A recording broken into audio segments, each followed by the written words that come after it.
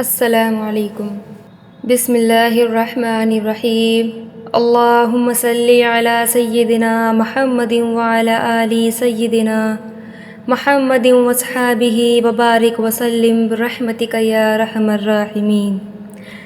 میرے عزیزو، اللہ کے لیے کچھ بھی ناممکن نہیں ہے۔ ہم یقین رکھتے ہیں کہ اللہ ہر چیز کے بغیر کسی شے کی تخلیق کر سکتا ہے۔ جب اللہ نے انسان کو مٹی سے پیدا کیا تو اسے اس مٹی کی بھی ضرورت نہیں تھی۔ وہ چاہتا تو ہمیں کسی اور چیز سے یا بالکل کسی چیز کے بغیر بھی پیدا کر سکتا تھا۔ حقیقت میں اللہ جب کچھ بنانا چاہتا ہے تو صرف ہو جا کہتا ہے، وہ چیز ہو جاتی ہے۔ اللہ کی ذات عظیم ہے۔ جب اللہ چاہتا ہے کہ آپ کو کچھ ملے، آپ کچھ حاصل کریں یا آپ کو کچھ عطا کیا جائے تو وہ حالات اور وسائل اور مواقع پیدا کر دیتا ہے جو آپ کو وہاں تک پہنچا دیتے ہیں۔ کوئی بھی آپ کو روک نہیں سکتا، چاہے ساری دنیا آپ کو کسی مقصد کو حاصل کرنے سے روکنے کی کوشش کرے، وہ ایسا نہیں کر سکتے۔ حدیث میں آتا ہے، اگر پوری دنیا جمع ہو کر آپ کو فائدہ پہنچانا چاہے تو وہ آپ کو صرف اتنا ہی فائدہ پہنچا سکتے ہیں جتنا اللہ تعالیٰ نے آپ کے لیے لکھا ہے۔ اور اس حدیث میں اس کا الٹا بھی بتایا گیا ہے۔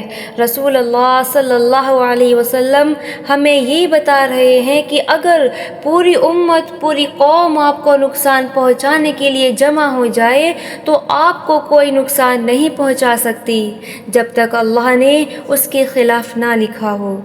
اگر اللہ نے اسے آپ کے خلاف لکھا ہے تو آپ کو یہ جان لینا چاہیے، اسے کوئی بھی روک نہیں سکتا۔ اللہ ہم سب کی حفاظت فرمائیں۔ زمین پر زندگی بالکل عارضی ہے، یہ ہمیشہ کے لیے نہیں ہے۔ اصل میں ہم یہاں صرف امتحان کے لیے آئے ہیں۔ یہ دنیا ہمارے لیے امتحان گاہ ہے۔ اس بات کا ثبوت یہ ہے کہ ہم میں سے کسی کے پاس وہ سب کچھ نہیں ہے جو ہم چاہتے ہیں، جو ہماری خواہشات ہوتی ہیں، بلکہ ہمیں صرف وہی ملتا ہے جو اللہ نے ہمارے لیے پسند فرمایا ہے۔ اللہ ہمیں مختلف طریقوں سے آزماتا ہے، کبھی صحت کے متعلق میں، کبھی مالی مشکلات میں اور کبھی خاندانی مسائل میں۔ ہر بار آزمائش مختلف ہوتی ہے۔ چیزیں ہمیشہ ہماری مرضی کے مطابق نہیں ہوتی، کیونکہ اللہ ہمیں یہ سمجھانا چاہتے ہیں کہ سب کچھ ایک آزمائش ہے۔ وہ دیکھنا چاہتے ہیں کہ ہم ان حالات میں کیسا رد و عمل دیتے ہیں۔ کیا یہ آزمائش ہمیں اللہ کے قریب لے آئے گی؟ کیا ہم سمجھیں گے کہ یہ دنیا اور اس کی مشکلات سب عارضی ہیں؟ ہم نے دیکھا ہے کہ جو لوگ آج بہت اداس ہیں، کسی اچھی خبر کے ملنے پر وہ فوراً دنیا کے سب سے خوشحال انسان بن جاتے ہیں، اور کبھی کبھار اس کے برعکس بھی ہوتا ہے۔ ہم نے یہ سب کچھ ہوتے ہوئے دیکھا ہے۔ یہ سب اللہ کی طرف سے ہے، وہی آپ کو خوشخبری دیتا ہے اور آپ کو بے حد خوش کرتا ہے، اور وہی آپ کو ایسی آزمائش میں ڈال سکتا ہے آپ کو لگتا ہے کہ سب کچھ ختم ہو گیا۔ یہ اللہ کا منصوبہ ہے۔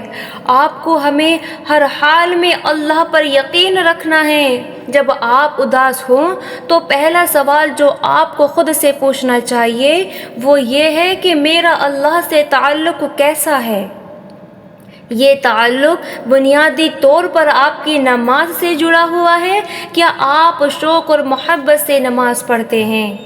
یہاں میں صرف بندگی کی بات نہیں کر رہی ہوں، کیونکہ نماز پڑھنا تو فرض ہے، بلکہ میں یہ پوچھ رہی ہوں، کیا آپ نماز کا انتظار کرتے ہیں؟ کیا آپ کو احساس ہے کہ جب آپ نماز پڑھ رہے ہیں تو آپ کس سے مخاطب ہیں؟ جب آپ 5 وقت کی نماز ادا کرتے ہیں تو ایک لمحے کے لیے رک کر سوچا کریں کہ آپ کیا کر رہے ہیں۔ یہ سوچ آپ کی اداسی کو ختم کر دے گی۔ بس یہ سمجھنے سے کہ آپ اپنا سر اللہ کے سامنے جھکا رہے ہیں۔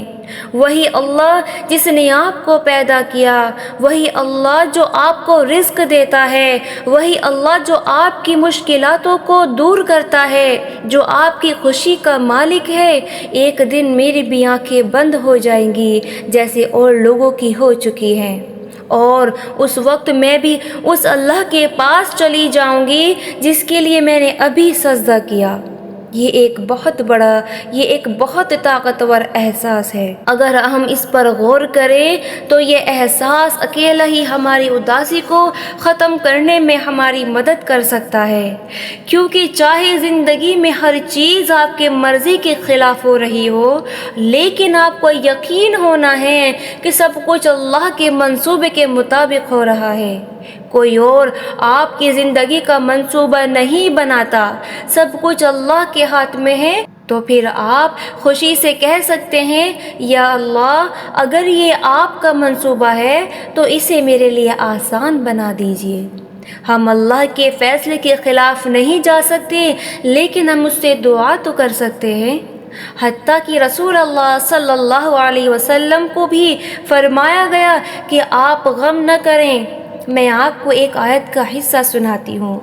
اللہ قرآن میں فرماتا ہے، اے رسول، جو لوگ کفر کرتے ہیں ان کی باتوں سے اپنے آپ کو غمگین نہ کریں۔ لوگ آپ کے خلاف باتیں کریں گے، کیا آپ واقعی یہ سوچتی ہیں کہ اس دنیا میں ہر کوئی آپ کے حق میں ہوگا اور آپ کے بارے میں اچھی اچھی باتیں کرے گا؟ اگر وہ رسول اللہ صلی اللہ علیہ وسلم کے بارے میں بدترین باتیں کر سکتے ہیں، آپ کو برا بھلا کہہ سکتے ہیں، تو پھر میں اور آپ کس حیثیت میں ہیں؟ اللہ تعالیٰ کہتا ہے کہ ان باتوں کی وجہ سے پریشان نہ ہوں، دل چھوٹا نہ کریں۔ اللہ نے رسول اللہ صلی اللہ علیہ وسلم کی دل کی کیفیت کا ذکر کیا جب کفار نے نہ صرف اسلام قبول کرنے سے انکار کیا بلکہ جھوٹ اور افواہیں بھی پھیلائی۔ اللہ تعالیٰ فرماتے ہیں کہ ہم جانتے ہیں کہ ان کی باتیں آپ کو دکھی کرتی ہیں، لیکن ہم آپ کو تسلی دینا چاہتے ہیں کہ وہ آپ کو جھوٹا نہیں سمجھتے۔ وہ جانتے ہیں کہ آپ سچے ہیں اور اللہ کے نبی ہیں، لیکن ان کے دل میں تکبر ہے۔